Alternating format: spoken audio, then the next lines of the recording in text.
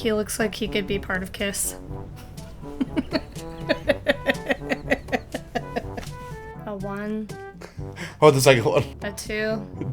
See, guys, this is why we bring her on here. And if any mother got a problem with that, they can kill themselves. I feel like what I thought of metal is so far not wrong. Snuggly Duckling, only disgusting. Oh my god. What do you think of the music?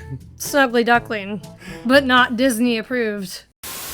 Okay, now I'm actually recording. Oh, okay. So now you can do funny stuff if you want. No, I'm okay. I don't want to do the funny stuff. No?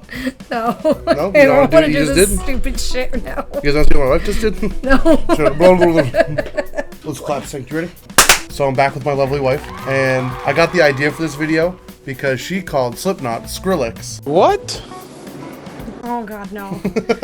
I didn't mean to. I don't know where it came from. Yeah, I don't know how you got that. I was listening to a Slipknot song or something, and she thought it was Skrillex for some reason. I really don't know. Is that a band? Skrillex is a DJ. He's a dubstep That's artist. where I got it from. He's it's a person. That's where I He was in like a really like OG emo band, but not in Slipknot. So I figured I show her Slipknot really quick first, and then we're gonna get into some other bands. Slipknot is the one where they put the masks on. Yeah. Masks are really hot, okay? We're gonna listen to a Slipknot song first, and then I'm going to show her some other bands. It's metal. Oh, there's the yelling. So yeah, the dudes with the masks. That's Joey Jordison. He's sick. He looks like he could be part of Kiss. Why does she do this to me?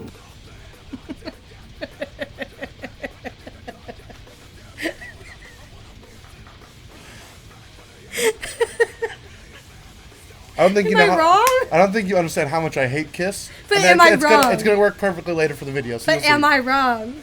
No. Yes. No, I'm not. Fuck Kiss. They have weird face makeup, just like that. Oh, we'll talk about why I hate Kiss after, but these are all masks. I thought they were animal masks originally, or did they change their masks? No, they don't. Oh. Well, yes, they do. Yes, every album they have a new mask. Oh, okay. But it's still like kind of the same vibe. Okay. So, quick rating. What would you give that? Just quick. 1 out of 10. I think it was good. I'd give it like a 10. It was starting to have like a rhythm that I could Okay. bang my head to, like actually listen to. Okay. Okay. No, I can't do that. Okay, if I were gonna listen to it, it'd be like a 7. But Oh, that's so high. So, today I'm going to introduce you to 4 legendary metal bands, each with their own sound and style. You're going to guess their names, and we're going to react to their music. And we'll see if you can find a band that you like, or at least something you don't absolutely hate. Okay, I don't hate Metallica. Just, I know. So you know, just don't listen to it. What's your mental image of like a metal band? Like if you thought, before me, what'd you think a metal band looked like? Metallica. That's who I picture. So like 4 dudes in like black on a stage, big angry looking dudes. Screaming and banging their heads. Okay, but you said you don't see Kiss at all? I don't think of Kiss. Good. So we're gonna listen to 5 songs today. Okay. So 2 are from a thrash band from California. They're like Metallica, but with different vocals. So one's gonna be a black metal band from your neck of the woods, Norway, your ancestors. Okay. It's nothing I've ever shown you before, but it's something we're both gonna listen to for the culture. This is for the culture. Okay. I shouldn't have worn a long shirt. I'm getting sweaty. The next song is going to be a band from Wales, a metalcore band from Wales, that you definitely will know once you see the name and listen to the music. How am I supposed to guess these bands when You will, I only... No, just hear me out. When I only know certain bands. You'll see. Okay. Don't worry. And then the last one is a wild card. They're a band from Virginia, and they're not going to be what you expect they will be. Okay.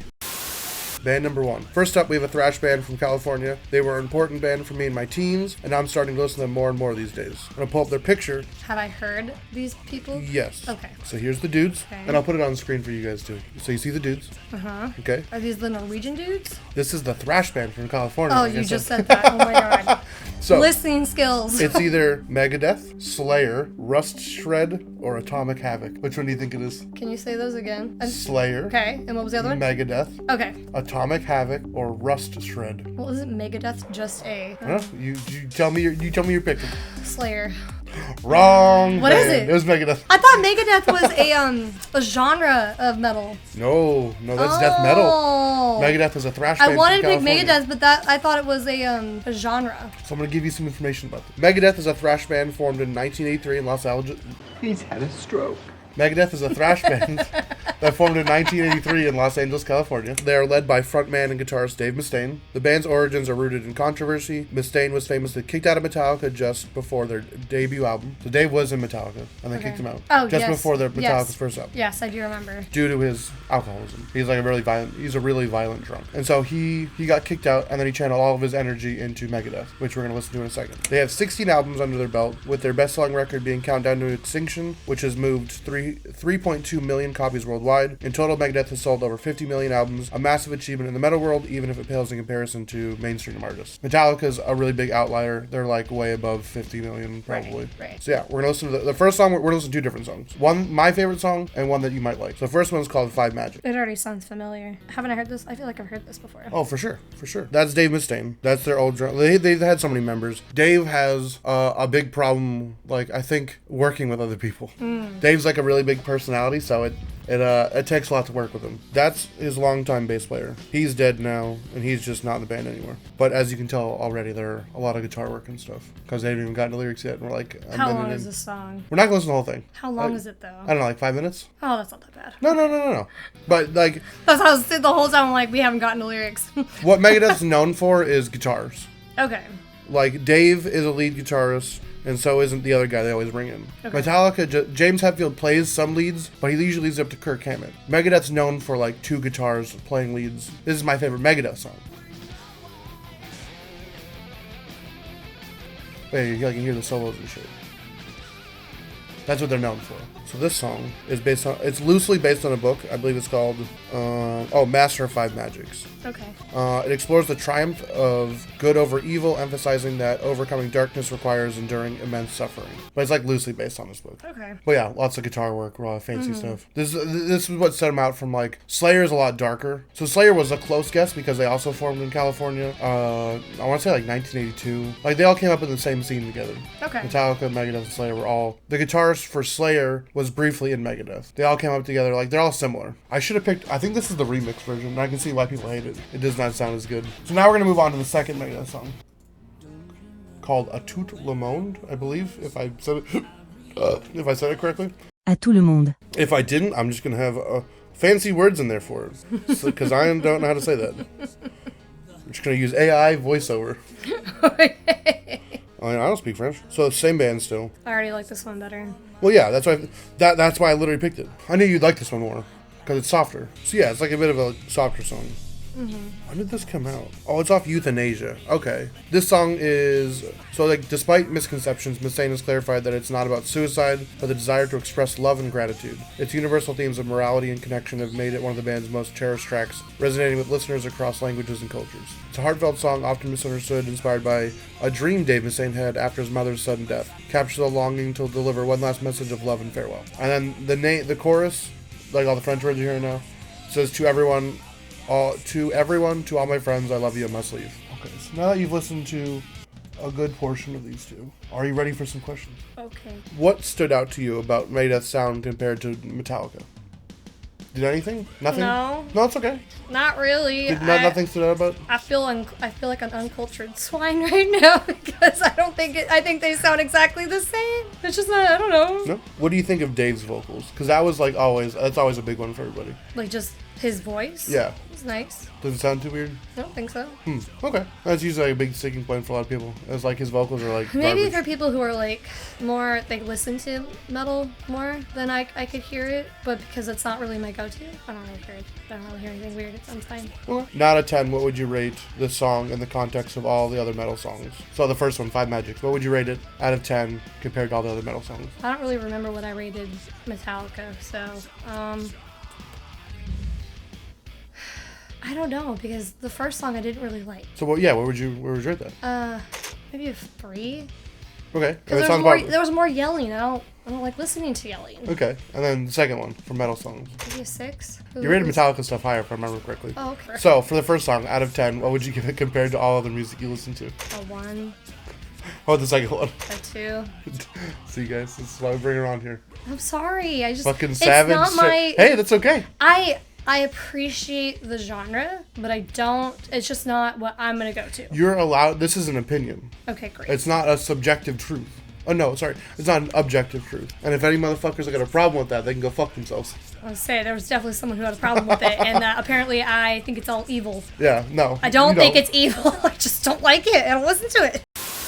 Okay, so here is our next band, my dear. Are you ready? Yeah. Our second band, we have a metalcore band from Wales. They are one of my favorite bands. Can you guess which band it is? No, I honestly cannot. This is what they look like. Yeah, that means nothing to me. I know, I'm just showing you. Okay. So I'm gonna give you names now. You goober.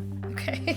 So you got Bullet for My Valentine, August Burns Red, Ashes Remain, or Shattered Horizon. Bullet for My Valentine. Oh, hey! Because the other one is American, isn't it? I know that one. Hey, she got one, guys. The other two, I don't know anything about that because I'm pretty sure those are fake. So this is one of my favorite. Yeah, they are. That's the point. Yes. This is one of my favorite bands. They started in 1998 in Brigand, Wales, under the name Jeff Killed John. After a few years of refining their sound, they rebranded and signed their first record deal in 2002. Their breakout album, The Poison, is not only their best-selling record, it's also my favorite. It sold around 800,000 copies worldwide and became a cornerstone of the early metalcore scene. Known for their melodic twin guitar harmonies and perfect balance of aggressive screams, which you don't like, and catchy, clean choruses, so you do like. I do like that. They set the standard for the genre. Over their career, they've released 7 albums, selling a combined total of about 5 million copies. So, way less than Megadeth. And the song we're going to listen to is called Tears Don't Fall. This is like their probably like their biggest hit, honestly. This song delves into themes of emotional turmoil, regret, and the unraveling of a relationship. The lyrics vividly portray deep sadness and guilt with the lines like, "The warmth I feel beside me is slowly fading," hinting at a growing distance, and her conscience calls the guilty to come home, expressing a longing for redemption. And then the chorus, "Your tears don't fall, they crash around me," powerfully conveys the overwhelming weight of raw emotions. So I think this whole album is just a breakup album, basically. Okay. It's like a nice, beautiful chorus. I feel like what I thought of metal is so far not wrong. What? Like Metallica? I mean, yeah. Snow's band was very influenced by Metallica. Okay. But I mean, a lot of people they have like a scene look to them, like metal bands in the 80s. It makes me think of like like Evanescence, like the video. Same time, that was the look for a lot of the bands. Yeah. I feel like a nice, pretty chorus. So, what part of the song stood out to you the most? The screaming and the chorus. So, good parts, bad parts. I don't like screaming. It just seems kind of like I feel like it goes from hard. So that was the thing to do back in the 2000s. Oh, okay. The screaming with the clean vocal, that was like the metalcore thing to do. Oh, I just don't think that sounds very clean. Well, yeah, it's not supposed to. It's metal. It's never supposed to sound clean. I don't know. Now out of 10 compared to other metal songs, where would you rate this one? 5, maybe 6. Okay. And then out of all the other music, where would you rate it? 3. A 3. I don't know, 4. I think 4 is better. Okay. I'll be generous. The camera died, and we filmed this out of order, so it's gonna look a little different right now. And I need her to move over. There you go. That's better.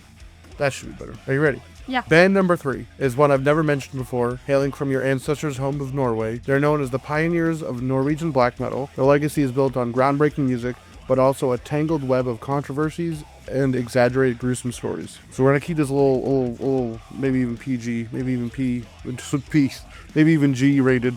I don't know. We'll see. So that's what they look like. Give me a good impression. What do you think? 2 of them look like they could get part again. Yeah, exactly. No. That's not something we're gonna come back to this part later. This is now. So yeah, you think they? Why do 2 of them have the Kiss makeup on? We'll talk about it in the music. We'll talk about it. 4 options: Mayhem, Burzum, Shadowspire, or Eclipsed Throne. Read those again? Mayhem, Burzum, Shadowspire, or Eclipsed Throne. Why are they all like American? Shouldn't they be Norwegian names? Burzum is from Lord of the Rings. Oh. That means darkness. It's on the ring, the One Ring. Because a lot of these dorks were very into Lord of the Rings, but hated religion. Say it again. Say it one more time. Mayhem, Burzum, Shadowspire, Eclipsed Throne. Shadowspire. Is Mayhem. Oh. So Burzum is connected to them, very, very much connected to them, but also a word from Lord of the Rings, from the Black Speech on the One Ring. Okay, so Mayhem, a pioneering Norwegian black metal band, formed in, I'm not going to say it, I'm going to have the AI say it, formed in Langhus, Norway. In 1984. They played a key role in shaping the genre and left a lasting impact on black metal, but their early years were filled with controversy. The band became infamous due to shocking live performances, the sewer slide of the vocalist Per Yngve, dead. They just called him dead. The 1993 unaliving of their guitarist Euronymous. They all had nicknames. By former member of Mayhem, so he used to play in Mayhem. His name is Varg. He's very infamous. So Varg on the live. Euronymous, yeah. Oh. And Varg is the one who started Burzum. Okay. He was a huge fucking nerd who loved Lord of the Rings, even though he hated religion, Right. which is really ironic because it's a very religious story. Right. Well, kind of, but not really. Mayhem's early work, including a demo and EP, quickly gained attention, both for its influential sound and its association with the Norwegian church, burnings, and the violence that surrounded the scene. Despite the chaos, they were building a devoted following. However, after Euronymous' death, the band disbanded before releasing this album that we're going to listen to, which would later be hailed as a black metal classic. So they didn't even release this. What we're gonna listen to was after their vocalist died and after their guitarist died. But the guitarist, I believe, recorded everything or at least wrote everything on this. So it's gonna be a very different sound from what you're used to. Okay. Are you ready? Ready.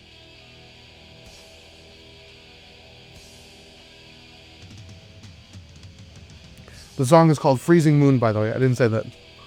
But I threw this one in here because it's for the culture. Maybe that actually is him. That actually might be their actual, the vocals that is not here anymore. So while we're listening to this, so I chose this band for the culture and for just the fucked up shit that happened. So Mayhem's vocalist, dead, buried his clothes in the woods before every performance so that he'd smell like a dead corpse that just got dug out of. And he's the one who invented, yes, Kiss invented the face paint. Norwegian black metal made it scary. He called it corpse paint. He'd paint his face up like that. Okay. To make him look like he was a dead corpse. Okay. Yes, Kiss invented it in the 60s, but they're just lame rock star.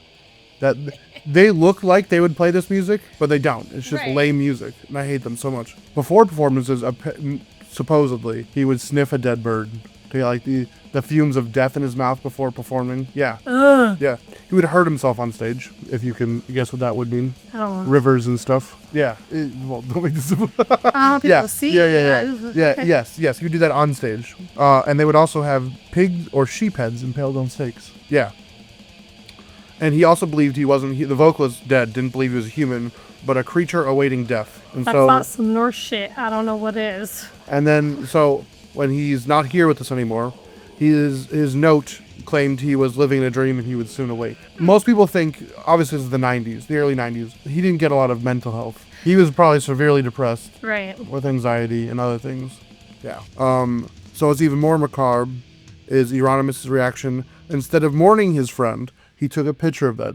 Took a picture of his body. Okay. He used a very big device, and so you can imagine what happened to his head. And that's a very infamous picture that I'm not going to show you because I know you don't want to see that. I'm good. But you guys have probably seen it on the internet. They used it as like an underground live underground live like CD picture. They put there, yeah. And supposedly, I don't know how real it is, he took bits of his skull and put it on like on necklaces for the band members. But that might just be like not a real story. You definitely take a picture of his friend though. That's for real. Or he also maybe have made a stew from his brains. And then, obviously, Varg and Euronymous. Yeah. Because Varg was a crazy man. I mean, he was like a neo-Nazi, if I remember correctly. Ooh. Yeah, he's the one who started the church burning. They would burn, like, Catholic churches. Catholic churches.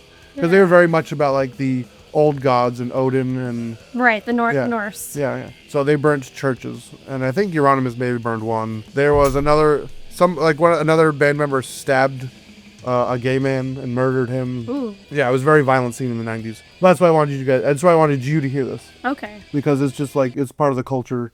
Well, what did you think of this? Well, I didn't really hear the words because you were talking the entire time. Okay, I'll back it up a little bit. But when there weren't words, it made me think of Metallica. No, like the beginning of it. I'm sorry, everything I listen to now makes me think of Metallica. It's very fine as well. It's a very distinct style for black metal.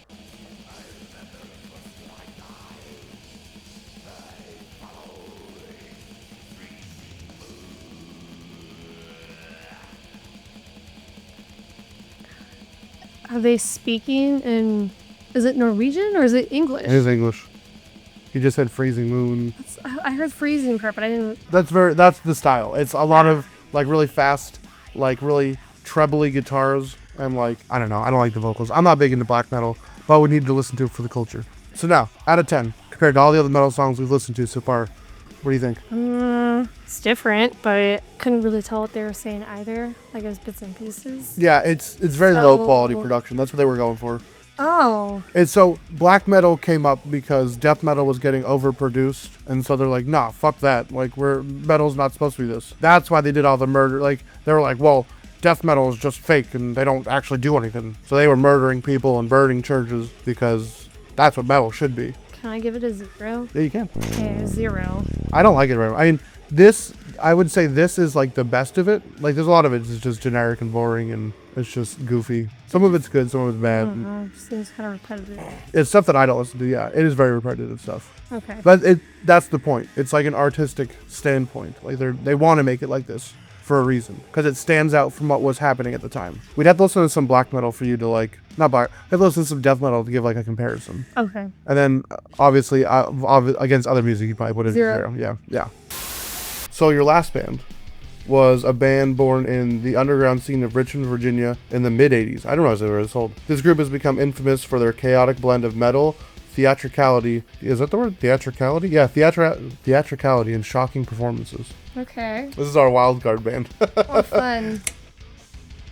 Oh, what? They look like the scene, almost like it's a mix of Narnia and the Barbarians in Tangled.